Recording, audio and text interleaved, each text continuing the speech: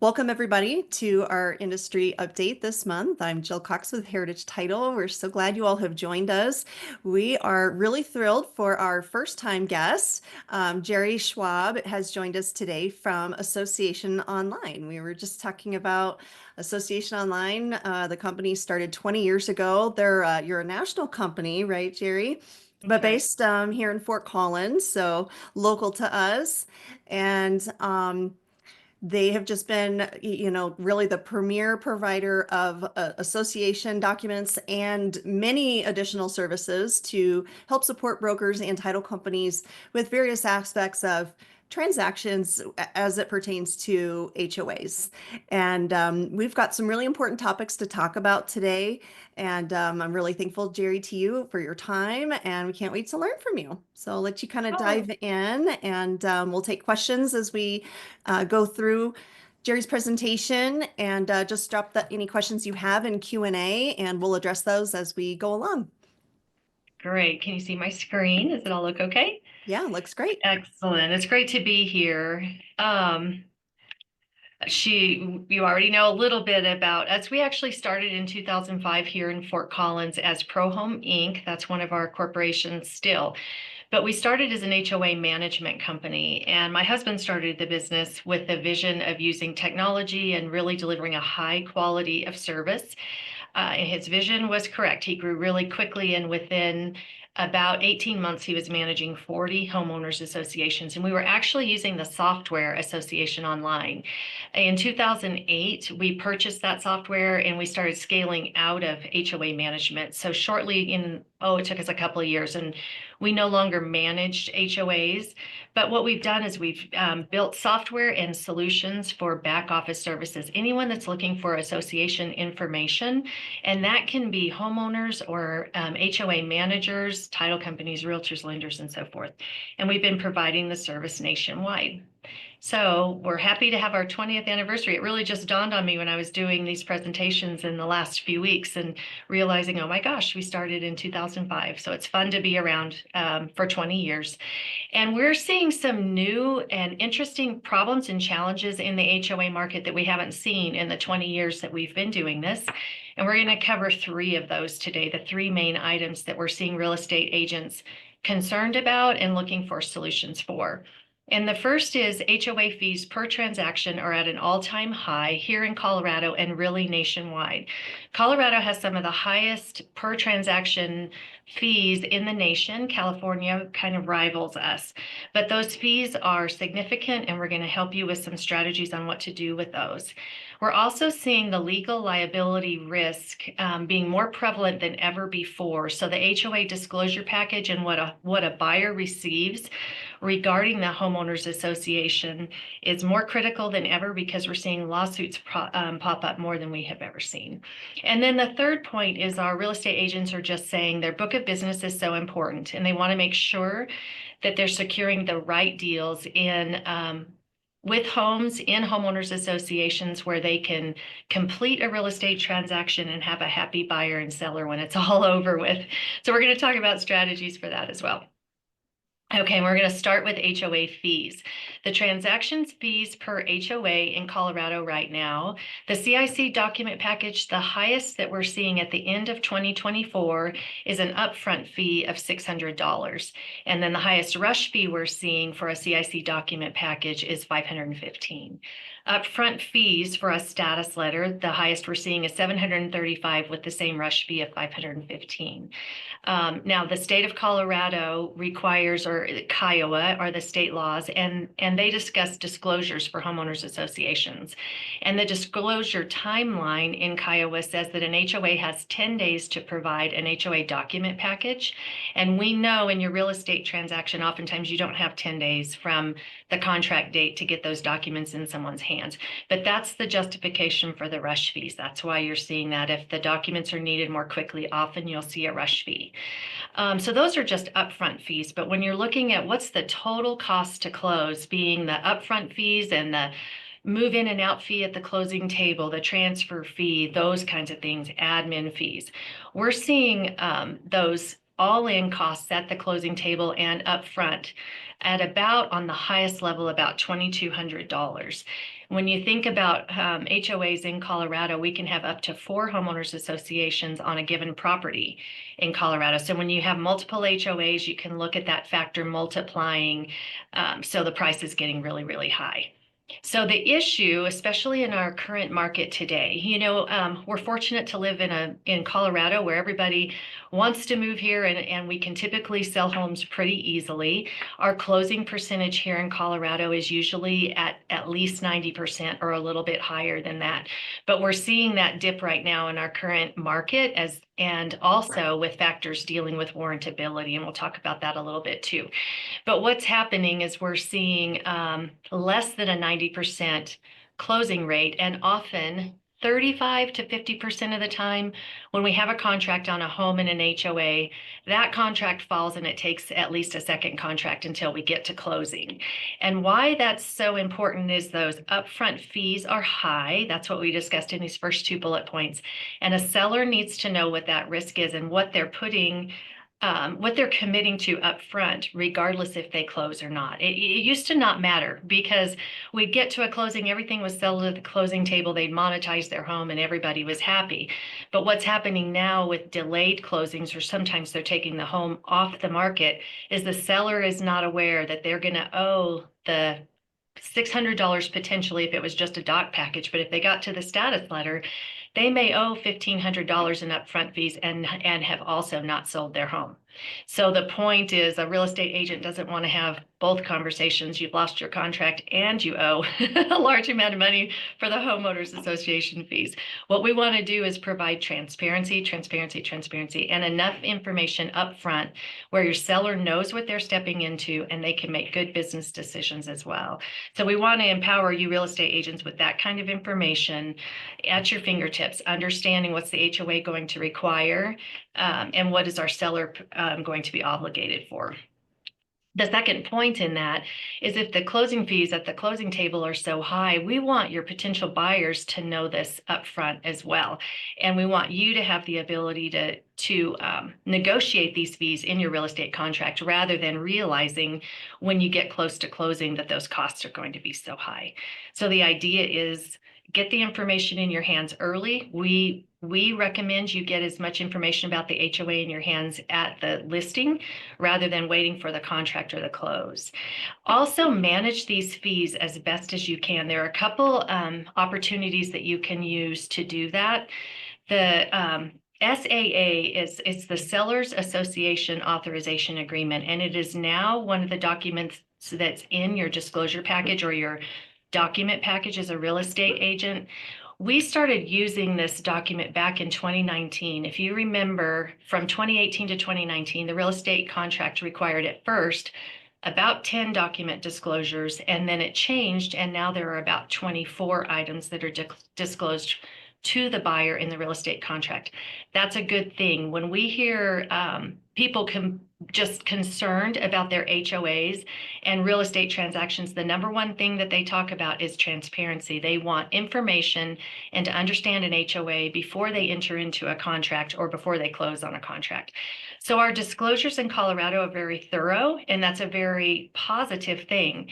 But the point is, according to Colorado law, homeowners associations can charge for those documents. But there is a second document law in Kiowa that says homeowners themselves can receive many of the HOA documents that are required for the disclosure at no charge. And so what the SAA agreement does is it allows someone like a real estate agent or our company, someone that's assisting the seller, to put the document package together for them, assist them in doing that, but also kind of step into their shoes and enjoy the free document position that they get on a number of the document disclosures. So when someone uses the SAA, either you as an agent or someone like us, a vendor that helps you, what we can do is we can help the seller put the package together, but we avoid all of these fees. So that's what we're doing. We're the only one actually in the United States that are helping sellers use the SAA and save these upfront fees. It's a huge cost savings. We estimate, I'm updating numbers from the end of 2024, but we estimate that we've saved Colorado residents over $14 million since 2019 by using that SAA. So there are ways to save money. And then the second point to be careful is make sure you, or the person that's helping you get documents, they know the market, they understand managers and what they're selling. With 24 document items necessary, it's easy, it can get complicated, and it's easy to, they bundle things, and you need to know what you're buying, and you need to make sure that who's helping you is kind of on target early, so you don't run into rush fees that are not necessary, and you're not buying things that are not necessary. So just be smart about that to help Jerie, you. we had a question pop through, and you might be addressing this later, but the question is about what is your recommendation on dates for their contract? Mhm. Yeah, whenever we put document packages together, we ask for 4 days. And so that gives us plenty of time, we feel like, to work through the SAA and to get the documents, but still not extend that date too long, because you want the contract to move forward pretty quickly. So 4 days is good, 5 days, something like that. But we know you need to move quickly when you've got that contract. So I sure wouldn't recommend extending it to 10, or, I mean, I know some people do in their contract, but it's nice to move that a little more quickly than that. All right, we're going to move to the second point. Liability. This is really interesting. We're seeing something in the market that we've never seen before. As you all know, when you look at the real estate contract, it says that the seller is responsible to provide to the buyer, and then it lists the 24 items. So clearly the seller is responsible for the disclosure package. Real estate agents, if you become involved in helping them pull the package together or distributing it, you can be considered liable for the document package as well. So I would say kind of a fair warning, pay attention to what you're doing there and make sure that you're taking a liability that you want to. We're seeing more attention to this matter than ever before. So the real estate contract in Colorado allows a 4-year window. Whenever a buyer purchases a home, they have 4 years to contest what has happened through the real estate contract, and in particular, probably all the factors of the contract, but I focused on homeowners associations. So the HOA disclosure package, a buyer can contest what was disclosed there for up to 4 years after the close of their real estate transaction. So that's a long time. And what we're seeing in our market, and I know you all are recognizing this as you're trying to sell homes, but we're seeing more special assessments and issues with warrantability and that sort of thing than we've ever seen before.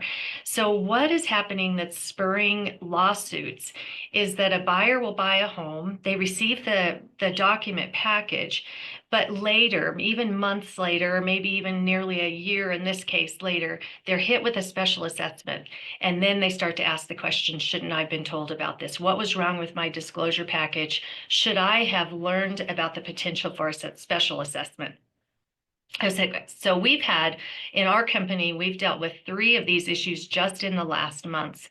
And what happened here, there was a closing in March of 2022. So isn't that interesting? We were 18, 20 months out after the closing when we heard from the attorney on this, and they asked us to look at the document package.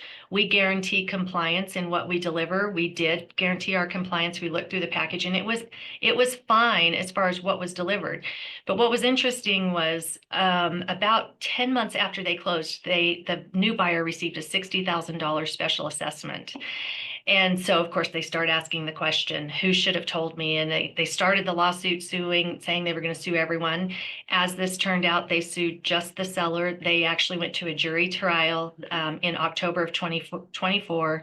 The seller lost and was responsible for the $60,000 assessment and the legal fees of $90,000. And what happened here is there were discussions about a special assessment. There were a meeting that took place in February of 2022. The document package was delivered March 6th of 2022. They closed, I think, about a week later, and then March 16th of 2022, the HOA disclosed the meeting minutes from February that talked about the special assessment. Now, isn't that funny? The HOA, Colorado law does not specify when an HOA has to release their meeting minutes. So a lot of HOAs, we see this all over the nation, they don't release meeting minutes until they've been approved. So they may discuss something in a meeting and they don't approve them until the next meeting, which may be a month away, but it may be many months away.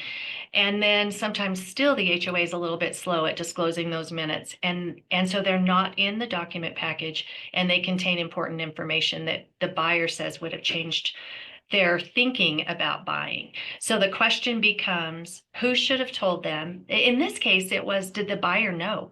Was the buyer at the meeting in February? And the jury determined in their opinion that the buyer should have known. Their lawyer, I spoke with him in November, I think it was, and he said he wanted them to he wanted to continue the fight. Basically, he wanted to appeal, but the seller, I can imagine, after spending $90,000 in legal fees, he wasn't interested in appealing and spending more. This is another lawsuit, same kind of thing, $16,000 special assessment about 4 months after the close. They closed in August, I mean. In July, there was nothing in the meeting minutes. In fact, in this case, the HOA had several months of meeting minutes that they had not released when the document package was put together. But they said they sent a letter to the buyer in July. She was a Chinese national, said she didn't receive a letter, also was having a little trouble with the language. Now, again, the question is, should she have known? They're looking at suing the seller's agent, the buyer's agent, and the seller in that case. And here's another one that just came on my desk, across my desk a week ago. And this is actually one where we put a document package together for this HOA in September of this last fall. And someone took that document package and reused it about a month and a half later. It was, when it was reused, it was not compliant, but then because they left out a little bit of the information. And then the question becomes, what information is missing, and now who is responsible for the document package? What happened is, let's see, they closed in November. This past January, the new homeowner had a flyer hanging on their door that said that their HOA was in financial trouble. So now they're looking to sue and to make it right because they made an investment decision where they feel like they didn't receive all the information they should. In these cases, we put the document package together. This one was actually not compliant because it was a reuse of documents. These were compliant, but there are still lawsuits happening. So the important thing is be careful. When we pull a document package off of a homeowner's portal or off of a shopping cart like HomeWise or Condo Certs, 85% of the time that package does not meet the Colorado contract requirements. So we work with it, we talk to the HOA, we fill in the gaps, and we ensure that it meets those requirements. But the requirements are a little complicated, and the more important thing is people are really sensitive to what's in that package today. So be careful. And like I wanted to tell you, we'll guarantee compliance, will help and make sure that everything that needs to be there is there. There were some questions, Jerie. Martin's asking, what is Association Online's liability in these types of situations? You know, we have never incurred a significant liability. Sometimes we've made a mistake and we've incurred a rush fee that we shouldn't have, and we pay for that rush fee.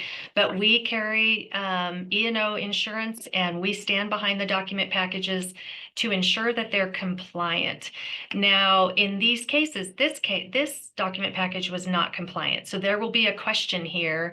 Not only was the information not available, according to the buyer, they felt like there wasn't sufficient information for them to make their investment decision in the home.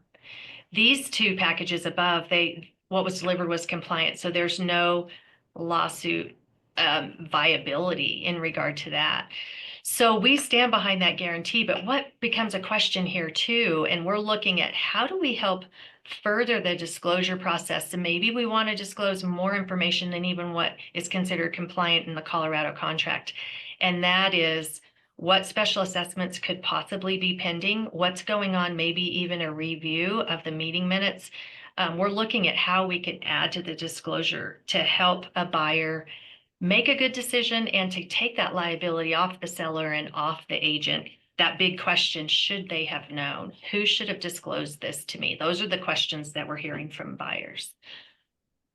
Jerry, on that third one, when you say a old package was reused, you're saying Mhm. that you guys had prepared original compliant package, provided that, and then somebody else later on down the road didn't go back to Association Online to put a package together. They just sent it along. So it Yeah, wasn't a non-compliant package that you produced. It was, right.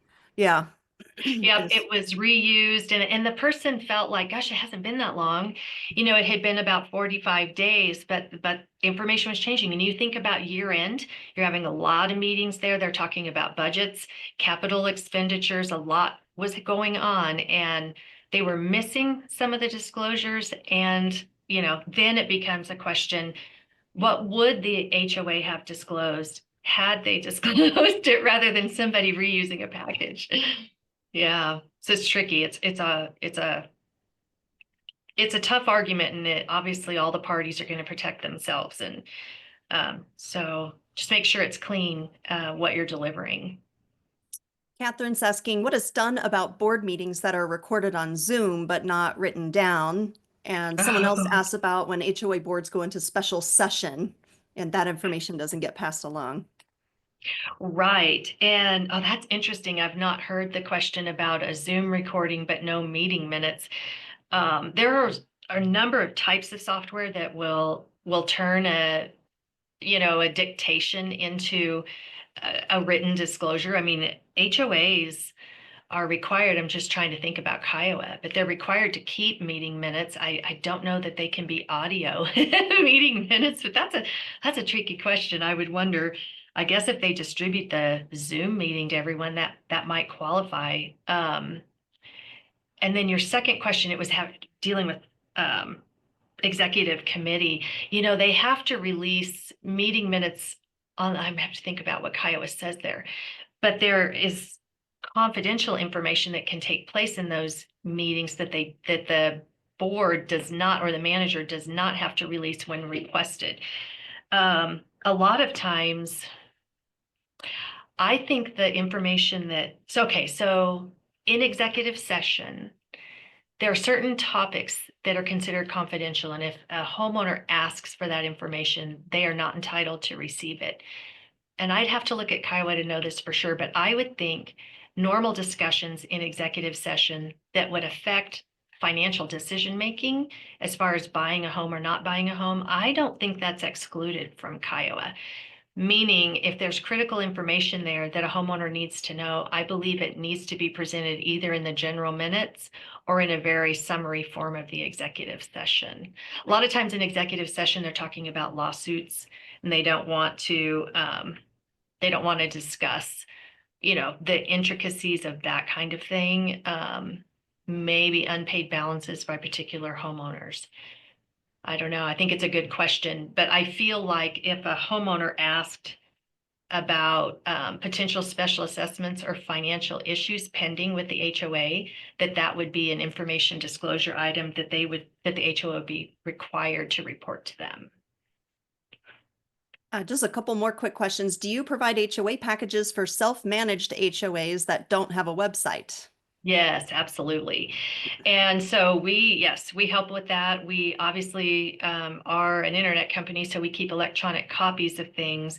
And we do help self-managed associations with that. And really, we have a lot of HOAs that come to us asking us, can we help them find their documents? So we're happy to help make sure a package is put together and it's compliant. And then just to house your electronic copy for you, to make it easy for you to comply with the disclosure requirements. We talked about, a homeowner has a right to certain pieces of information and to receive that information for free. And it's supposed to be made readily available to them and to be provided to them at their convenience. And so we can serve that function for you because Kiowa requires an HOA to provide that to homeowners. And if you don't have a website or an electronic presence, makes it a little trickier to do. But we'd be happy to help you comply with that part of the statute because we already keep the electronic documents. So Okay, one more quick question, and then we'll let you keep kind of moving through your presentation, and then we'll come okay. back to some more questions. Joan's asking, are you ever seeing special assessments on a single family home? I assume they are always townhomes and condos. Yeah, let me think about that. We are a lot of times, like you're saying, on townhomes and condos, they're dealing with insurance issues, but we're also dealing with, if it's a single family home neighborhood, we're just seeing special assessments for financial issues like undercapitalization, where HOAs have not put enough in reserves. So I'd say the risk for your single family home neighborhoods are those that have a lot of amenities. If you have capital items in your neighborhood that are costly and would be costly to replace, sometimes the landscaping and the irrigation systems are really involved, and there's a lot of acreage. So that could lead to expensive costs. But if you have private roads or swimming pools, buildings, community buildings, that kind of thing, you could still run the risk of a special assessment if it's undercapitalized. So you're exactly right. Your condos and townhomes are where we see it the most. And that's where we're seeing insurance costs, elevators, things like that, not maintained like they should be, or costs just escalating with inflation and risk. But your PUDs that have a lot of amenities, if they're not capitalizing and saving for those repairs and replacements, then you could see it there too. Much less common, but yes, we're seeing special assessments everywhere. Great question. All right, Jerie, we'll let you dive into some more Okay. material and then we'll come back Here, to some more questions. yeah, here we go. This is our third point, and that is real estate agents telling us, obviously, in the current market, you want to secure your business relationships. You want to make sure the experiences are good. You want to spend your time wisely. And just as we mentioned before, when we're seeing the percentage of homes that are closing go down and the percentage of time, at least 35% of the time, you need more than one contract before you reach closing in an HOA property. That extends your start to finish. I mean, your contract to close timeline, and that makes it really difficult and painful for everyone. We're seeing lending challenges. Those are in your condos and townhomes. You may get a contract and then the buyer doesn't realize that the loan that they've been pre-approved for doesn't work in that HOA. So wanting to know early on, is this condo warrantable or not? Could we potentially get a loan, or is this a cash only neighborhood? It's important to get, again, we're talking about getting information at listing. I even have some real estate agents, and we're working on this, but they would like kind of a pre-listing preview of an HOA. Where we don't have that yet, but we're working on it because they want to know, do I even go to this listing meeting? Is this a property that I even want to try to sell? And a reason they might not is if it's a cash only neighborhood. And then we have real estate agents say, I sold a buyer a home in an HOA and they don't like the HOA and now they don't like me. It's so, but the tricky part with that is, what is a good homeowners association to me may be a poor homeowners association to the next person. Some people want them very strict. Some people want them very lax. So the idea is getting HOA information in your hands as a real estate agent. And I've mentioned several times, we're wanting to get as much information as we can to you at the listing. And in certain cases, we're going to work at getting it to you before the listing. But we have a new listing report that we're providing real estate agents. Again, the key is you're getting this at listing to describe the HOA fees and charges. What does it cost at the closing table? What are the potential upfront fees that we could run into, so that your seller can understand what they're committing themselves to, but also you've got what you need to negotiate a contract. But other things that are so important are some warrantability disclosures, such as the listing report includes who's the insurance company and their phone number, and a summary of the financial statements and the expected financials as far as the budget. Lenders look at that. There's certain ratios there that they want to see that are a top level screening item for them on whether a loan will work in that neighborhood. And then what this listing report does too is it details all the living requirements. I can show you a quick picture of it. But for instance, a potential buyer can see, how many pets can I have? 4 dogs here. Can I park my commercial vehicle in the driveway? Can I convert the garage to an apartment? All those things that, even the rental restrictions, of course, can be really important. But getting that information in the hands of potential buyers right away. And what our listing report does too, that's really unique, is it's branded to our real estate agents and it sends you leads. So it's a live web-based report. And when someone accesses the report, the listing agent receives an email and says, "Hey, Jerie Schwab is a potential buyer, and she's reading your listing report for this property in this HOA." And it lets you know the traction on the property and gives you the opportunity to reach out. We're also providing a standardized status letter. The idea is when it comes time for a status letter, you want to be able to read it clearly and have the information that's necessary clearly stated and in a professional format so that you can provide it to your seller. So violations are so important.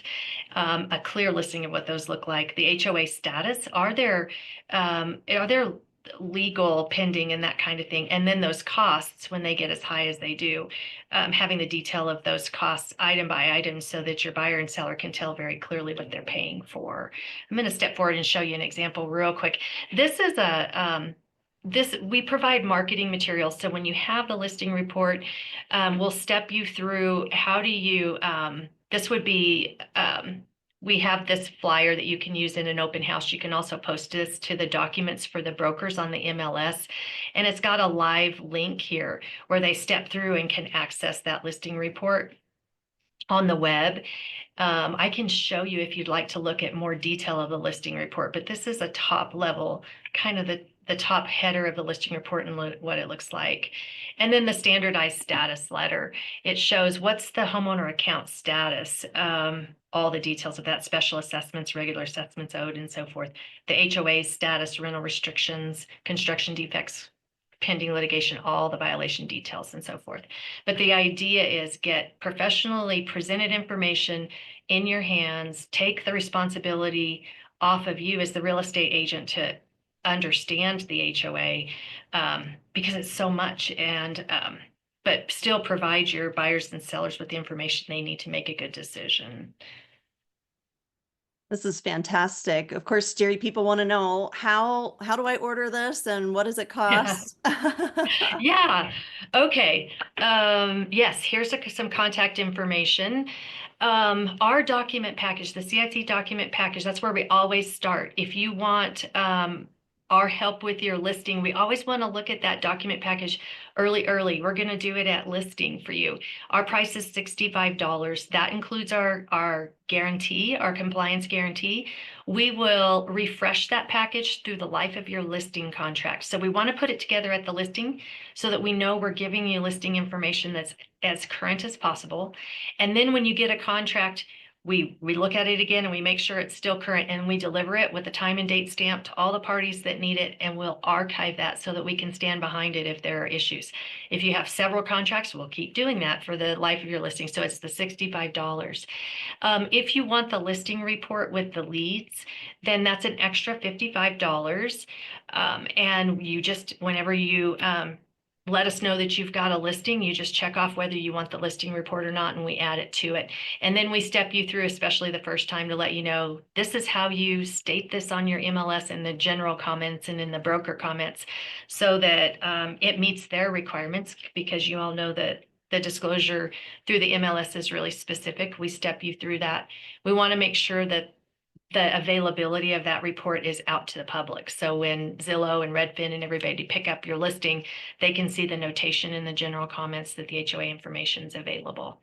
So we've got a great system. Those are the prices. We've got a landing page that helps you talk with your client about, why would I use an SAA? You fill out all the forms right there on your landing page, and then we just run with it. You can use our portal if you want, but a lot of times our real estate agents just want things emailed out. You can text us with requests. Even we're just starting to implement that next week. But it's really as easy as that. Contact us and we will step you through the program and get you started. That's phenomenal. That providing association documents up front and then refreshing them through the life of the listing, that's a game changer, Jerie. I think that's a tremendous service that you guys offer. Yeah. Okay. So let's see, we've got some questions we'll dive into here. So Roy was just asking, which title companies do you work with? I know you work with a Okay. lot. We do. We work with most title companies. Oh, I should have mentioned this. I thank you for asking that question. When you close with our partner title companies, then you will receive credits on that listing report, the $55 listing report. So if you close with a partner, and when we introduce you to the program and get you set up, we'll give you a list of who those partners are, but we'll give you a $15 credit for closing. And we work with nearly every title company in the state. So contact us and I'll give you a list. How about that? It's hard to talk Perfect. about. I don't want to leave anyone out of that Yep. question. Yeah. There was another question about why do status letters cost so much? Yeah. You know, that's a good question. They are expensive.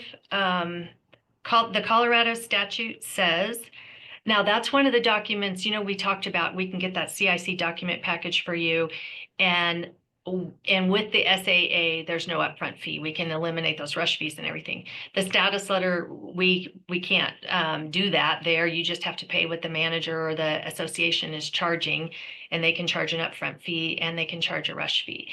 The Colorado statute says that an HOA can charge for that. It says that they can charge the equivalent of their time, what time it takes for them to put that together. So some people question or wonder, are the prices out of whack? I think we've got a lot of HOAs and managers in the state that are not charging exorbitant amounts. You have some that are really pricey, but there's no real governance on that. We have some states in the United States that actually set price maximums. They'll say, this is the most that an HOA can charge for the status letter. This is the highest rush fee they can charge. Colorado has not done that. And I kind of respect where they're coming from.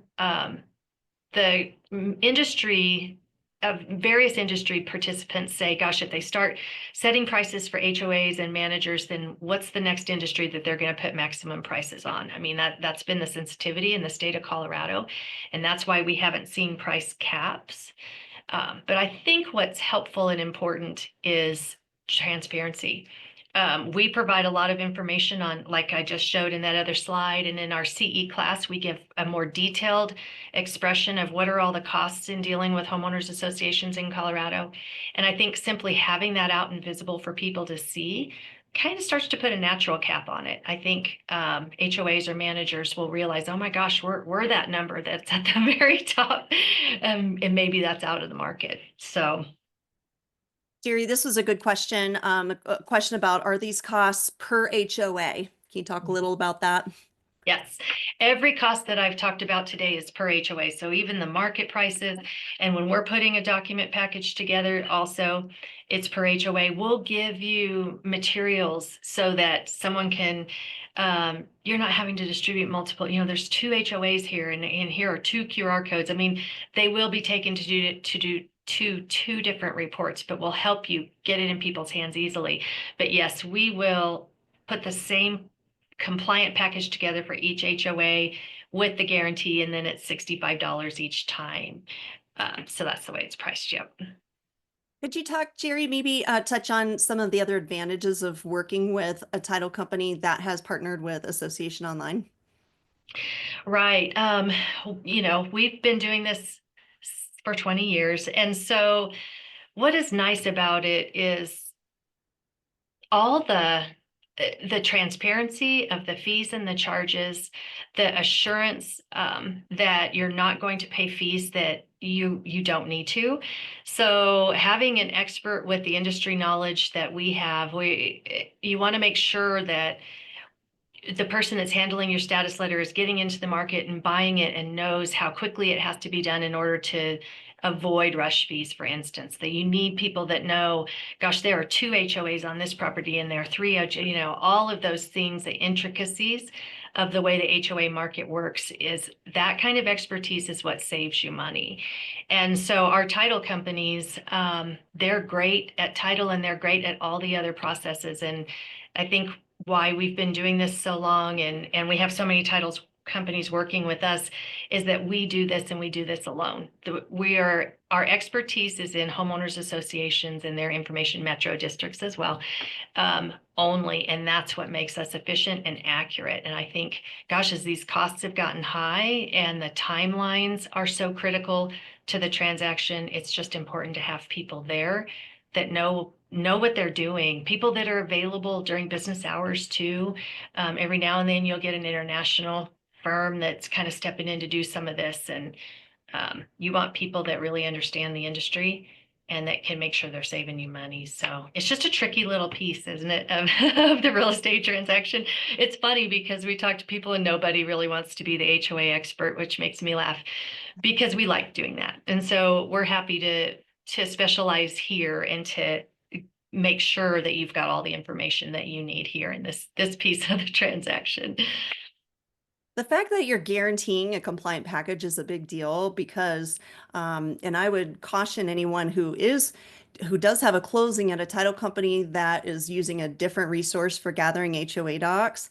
I've seen disclaimers from those title companies that say, we are not responsible for the completeness or accuracy of this information. So just be aware of that. I think what Association Online offers is great CYA for real estate brokers and for their clients. So we love you guys. Yeah, we love the work we do. And I mentioned that there are a couple areas we really want to expand on. We're going to be doing this over the next few weeks, but that is that pre-listing information. We want to make sure that we can provide agents that are looking for a little better information even earlier in the transaction. And then also the warrantability with the listing report. We want to expand that a little bit so that you have even greater detail in your hands on, gosh, what are the primary issues or hurdles that a lender may have with this HOA, and we highlight those. And so by reaching out to us and just showing an interest as well as just joining our real estate program, it doesn't cost anything to be a part of our team and to be one of the real estate agents that's in our program. You pay on a transaction basis whenever you have a listing. But by being a part of the program, we can, as we develop these helps and assistance, we can get those in your hands and let you know that they're available. This was an interesting question. Do any of the links you provide to the buyer show that they have been opened or reviewed? That is a great question. I'd have to ask our software developers that because I think it does. We can certainly tell exactly where it went, and I think they can view that it was opened. I love your question. I'm going to check on that. And let's see, if we buy the links and put them in the MLS, can another agent with a listing in the community copy the link and use it for their listing? Well, that's a great question too. When you're looking at the listing report, it has the specific property address on it, and it has your brand and your contact information as the listing agent. And it is So yeah, tell them to knock themselves out, right? Yeah, exactly. They can mark it for you. And it's also watermarked with your brand and the property information, that specific property address. And I want to clarify the way that question was asked. I want to make sure this is clear too. We put together the CIC doc package early so that we can give you the listing report early, but we don't publish the CIC document package until you need it published. Just so you know, we hold it and it's just ready to go. If you want to see it or your seller wants to see it, that's totally fine. But we don't recommend that you post that package to the MLS so that it can be reused. And again, you don't want people grabbing it, especially with listings being on the market as long as they are. You don't want someone grabbing that and thinking that's the disclosure package. And we're that story of 45 days down the road and things have changed and that package is no longer current. So we get it ready and it's electronically available until the date that it needs to be delivered. But you wouldn't want to post those disclosures in, on the MLS or in the, in the HOA documents for brokers. There's a question about, do you have fees documented for transfer fees and status letter fees that would be included in that pre-listing document? Exactly. Okay. Yes. That's exactly what we have it in the listing report, and we would absolutely provide it in the pre-listing too as we develop that. Yep, that's an important piece of information and for you all to know. Even the those 2% admin fees, sales price fees, those can get high. I saw one the other day that was $18,000 for that. So yeah, so you all want to know when you've got an HOA, that has those high, the where they're putting money in a capital fund or whatever at the closing. So yep, Jerie, certainly. let's talk for a little bit about the SAA and when to get that signed. I'd like to start by saying, what common practice is right now is we receive a fully executed contract to buy and sell. We are asked as the title company to obtain association documents. We are then reaching out to sellers, sending them an SAA form, trying to get them to sign that. Sometimes they don't understand what we're reaching out for. Is this legit? And then when we're under contract at that point, now we're potentially bumping up against a contract deadline. Yeah. I've talked to brokers, my clients over the years about, this is now a commission approved form. It's in CTM, including it in their listing package. So when their sellers filling out all their listing documentation, go ahead and have them fill out and sign that SAA. That way, when you submit your order to us, that contract, you can just include that. We're ready to make the request. Now, backing up even a step further, what Jerry's Yeah. talking about is this opportunity to order all of this at time of listing. So tell us a little bit about that. You mentioned a portal, but let's maybe dive into that a little bit more. And how should brokers get that filled out and get that order placed at time of listing? Exactly. I'm going to show you. Show you this really quick. On the real estate landing page. Just like you mentioned, we're trying to pull all the good information and all the heavy lifting early in the process so that we're not butting up against deadlines, but also to improve transparency. And we have a landing page when you're a part of the program that will help you all do that. And this is the landing page.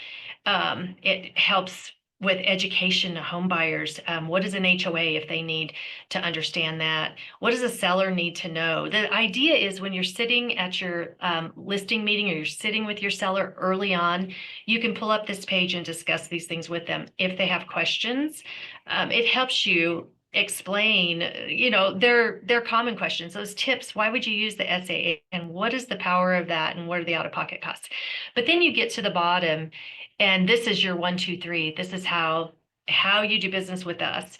And literally the SAA is right here. So you can talk with your seller about the importance of managing the HOA documents well, getting a product guarantee, not carrying the liability. And then right here, you can click on this and you can sit with them while they fill out the form. This is the agency approved form.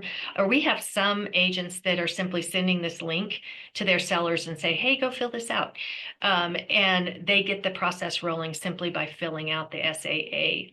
If you want and you have some specifics about what you want to order, we have some agents that say every time one of my sellers fills out an SAA, I want you to prepare the listing report and I want you to, the seller's going to pay the $65 CIC. I'm going to pay for the listing report.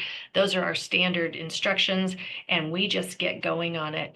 And then when you've got the contract in place, you can go to step 3 and you let us know. You also let your title company know like you always do. You just follow your normal title company process, but you can click in here and let us know, hey, we've got our contract and we're ready to go. We coordinate with the title company to make sure that everything works as planned and documents get in the right people's hands. But just from this landing page, you can get the whole process going. We had a request. Do you have any sample reports? Is that Yes. something you could send to me, Jerie? And then I'll email everybody. I'll send the link to the recording for today, and then some sample examples. And Exactly. perfect. I sure Okay. can. And what I'm going to send you is this. It's the little flyer of a sample HOA. And then I'd like for you all to experience the process. So you'll click in and fill out the little information that any user would follow. And that's the little step that sends the listing agent the lead, and then you get to view the live web report. So we're going to send it this way so you can see the full experience. That's great. Yeah. Someone's asking if a seller can sign the SSA with a wet signature, Yeah, SAA with a wet signature, and absolutely. then upload it to step one. Yeah, actually, you just sign it right here. When you get through this form, it's a electronic signature, and Colorado allows that, so it's nice and easy. Yep.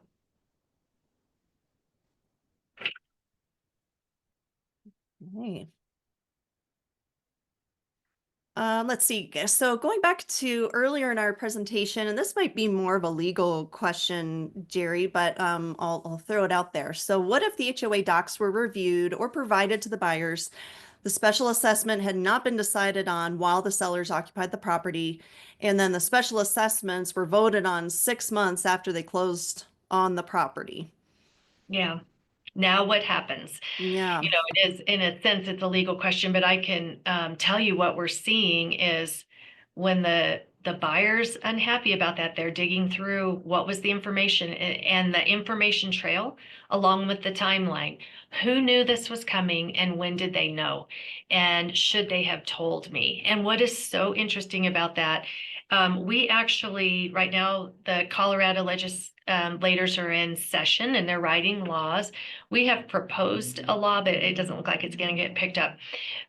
We have proposed, though, requiring that a homeowners association disclose, are there special assessments pending? Possibly. I mean, we see on status letters, sometimes they say that, but they're not required to.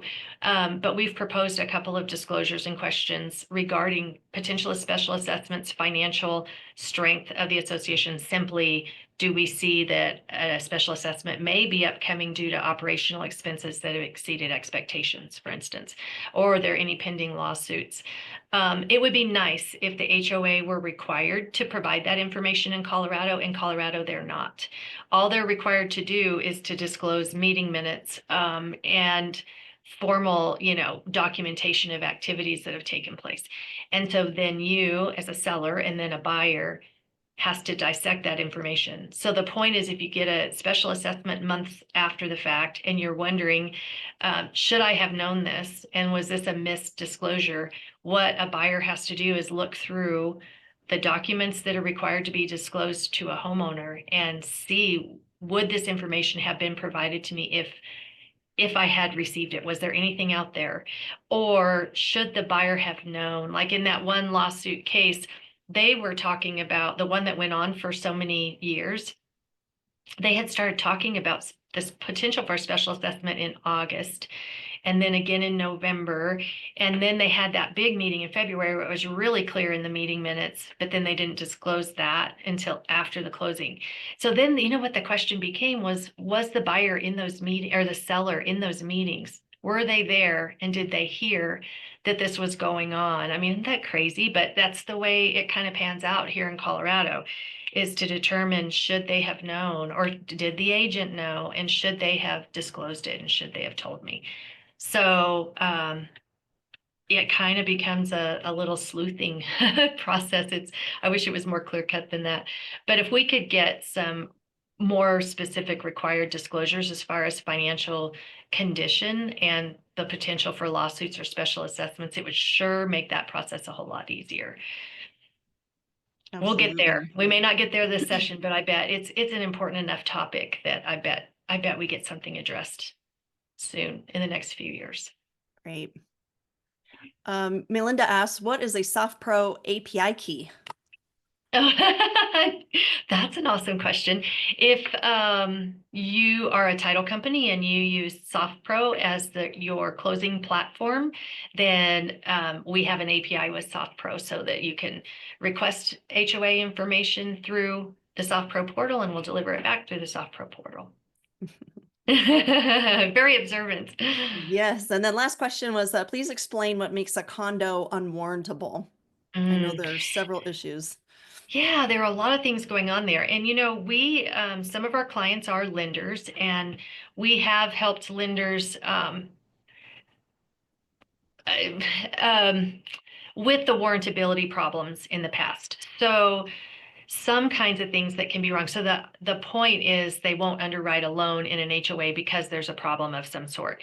And sometimes the problem is simply like we have seen the balance sheet doesn't balance. And so we'll step in and talk to the HOA and explain to them that they've got an accounting issue and how to balance, they just probably don't notice, and to get that fixed. Or sometimes they don't have a budget, if you can imagine. But some of the smaller HOAs that are self-managed, they'll say they don't have a budget, but when in fact they kind of do. It's just in their heads. They set their dues amounts based on expected expenditures. They just haven't written it down. So we'll help them create a budget. What we're seeing currently, though, as underwriting issues, one of the biggest ones is insurance. And so most loans require no higher than a 5% wind and hail deductible for a lender to underwrite in that HOA. And then, you've heard the stories and you've seen the situation where the HOA fees are going up, up, up. And part of those reasons are because insurance costs are going up very quickly in Colorado. And so what an HOA will do, maybe they'll keep the coverage high like that, and they'll pass on the cost in the HOA dues, which is, makes homeowners uncomfortable and when their fees are going up a lot. But maybe their alternative is they raise that deductible and now it's an 8% deductible. And now the underwriter is saying we won't underwrite a loan in there because that deductible is too high. Or we've seen, this is kind of interesting, they kept the HOA fees nearly the same rate, but now they no longer insure the roofs at all. That's the homeowner's responsibility. And you have to dig kind of deeper to see that that's what's happened. And so that's part of what we're going to explore over the next 60 days or so is what are the insurance intricacies and what are some of the solutions? And is this HOA, or, based on some of those hurdles, are particular HOAs over the hurdle or under the hurdle? I mean, are they passing and going to work for most loans and underwriting, or are they not? There are also insurance remedies, and this is what we want to really dig into. We're going to put a CE class together on this actually when we get our research done. But there are some insurance policies, and in the past, they've been very inexpensive that a homeowner can take out. That's even they take it out with their homeowner's insurance, but it's even a special assessment insurance policy.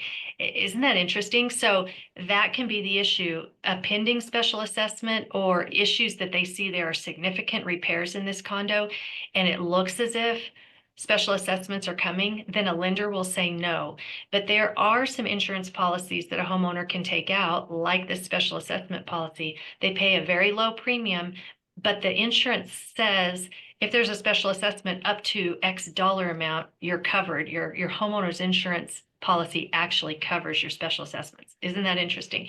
So there are some remedies, and we want to really dig into that and figure out what those solutions are and what the particular risks are so that we can help you in the listing report, you can help you in the pre-listing, and then also help you with a potential buyer to understand if there are certain hurdles in an HOA, what are their remedies? Because sometimes there are easy ways or inexpensive ways to fix the problem and get that home sold. That's absolutely phenomenal. We'll look forward to that Yeah. class coming out. I want to be the Yeah. first one to offer it. Oh, excellent. I will let you know, Jill, for sure. One last thing I'd love to dive into real quick here on the seller association authorization. Can we talk a little bit about, what is the critical information on there? What do you have to have? Sometimes sellers may or may not know the website to their HOA or their login information. And if they do, can you kind of tell us about that process and what that whole thing looks like? Right. So, and then I happen to have that up here on my screen share, but this is this approved form. And basically they're just providing information about the property so you know what's happening. And then they provide the association. We know based on property addresses who the associations are. This is just to help identify a little bit. So if you don't get this perfectly right, it's fine. If you don't know the manager, it's fine.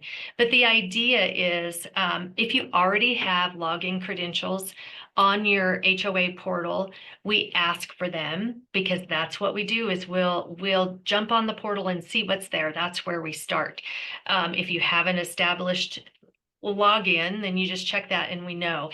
Now, an important point that so in order to, by law, access someone's portal, not just HOA information, but anyone, if someone hands you their login information on any portal, it really isn't lawful for anybody to go access that portal on behalf of someone else unless the software company knows you're doing that. Okay, so we have covered that base as well with all the HOAs in Colorado and in any other parts of the country where we're working.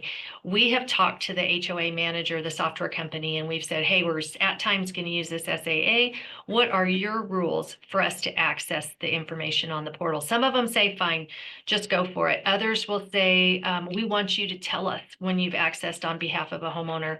Others will say, we will not give you permission to log in on their behalf. And most of them don't do that, but we have a few that do. And if that's the case, we do what we call a joint login. And so we know we have a record of every HOA manager and what their rules are. And if they require that the homeowner be a party to the portal access, what we do is we just set up a time to meet with the seller virtually. We do it over a meeting like this. We give them access to our computer and they log in their username and password. And then we go get the documents. They can sit there and watch us. We'll look through them and assemble them. A lot of times they log off the meeting at that point or they go eat dinner while we're assembling the package. But it's important to us that we follow the letter of the law. I mean, we're putting ourselves on the line to say that we're going to stand behind the work that we've done. And so in doing that, we make sure that not only do we always have the SAA when we access a homeowner's information on their behalf, but we've made sure that the HOA manager, the software company, also knows what we're doing and that we're following their rules. The point is just to get the job done, to get it right and get it done with integrity and save everyone money. And so each process is a little bit different depending on the HOA. Most of them are real simple, but we don't get pushback really in any of those scenarios because people want to save the $500 or whatever it is. They're just happy to have a guarantee and to not have to pay a big price tag for the information. Jerie, I have a follow-up question to what you were just talking about with regards to sharing login information. So I've heard brokers talk about or ask about, does it work for, the seller to just provide their login information to a buyer for them to go in and review everything? What are your thoughts on that? There's the first thing that I said that an HOA could say that's against the law and they could really press that. So we wouldn't want to do that because it is unlawful to do that. But then this, that's assuming the HOA follows. I mean, an individual, we're a company, so HOAs and other companies expect us to act with integrity. I think that could go under the radar with a buyer and seller, although I don't recommend it. But the bigger issue is what you have no proof of. What did the buyer look at? And was everything there that was necessary? I mean, we just described that 85% of the time, everything that's supposed to be there is not going to be there for the real estate contract because we see that all the time. But what if the buyer comes back 6 months later or a year later or two and says, hey, I didn't get the information that I should have. What was on the portal wasn't complete. Who's to say at that point you have no solid documentation of what was delivered and what they were given access to if you let them just peruse the website? I would really, in our current climate and with the complexity of the package, I would really avoid that particular step as much as possible. That feels like a lot of risk to me when a cheap solution is available, Mm-hmm. Yeah, agreed. Do you recommend we as realtors register with Association Online now so we're ready to go if needed in the future? Yeah, I'd say just kind of get it done, spend a little time with our staff. We have a customer service staff that'll help you kind of get your hands and eyes on what we're doing. It would be great for you to scan that QR code or click on it and experience what does it look like to get the listing report just because it's fresh right now. And having put your hands on it and stepped through it will make it real familiar and fast when the time comes and you have a contract. It's fantastic. Okay, Yeah. I think we'll wrap up there. We're a little over the hour. Jerry, thank you so much. That was incredibly helpful. We love you. I've done this for 20 years, as long as your company's been around, and I Yeah. just know you have been a great friend and partner to title companies, and you guys are so wonderful to work with, and your customer service is great. And as a sales rep, I love that you are always trying to figure out ways to bring value to brokers and make their life easier and mitigate their risk, especially as we Nice. are in more of a litigious type of environment when it comes to real estate. So you Oh, guys thank are you. great. Thanks everybody for joining. I've got lots of great follow-up. I'll get with Jerry, so we'll make sure and get into your hands lots of what we talked about today in terms of those follow-up items. And Yep. hope everybody has a wonderful rest of their week. Thank you for having me. Thanks for being here. We'll talk to you soon, Jerry. Bye, Okay. everybody. Bye.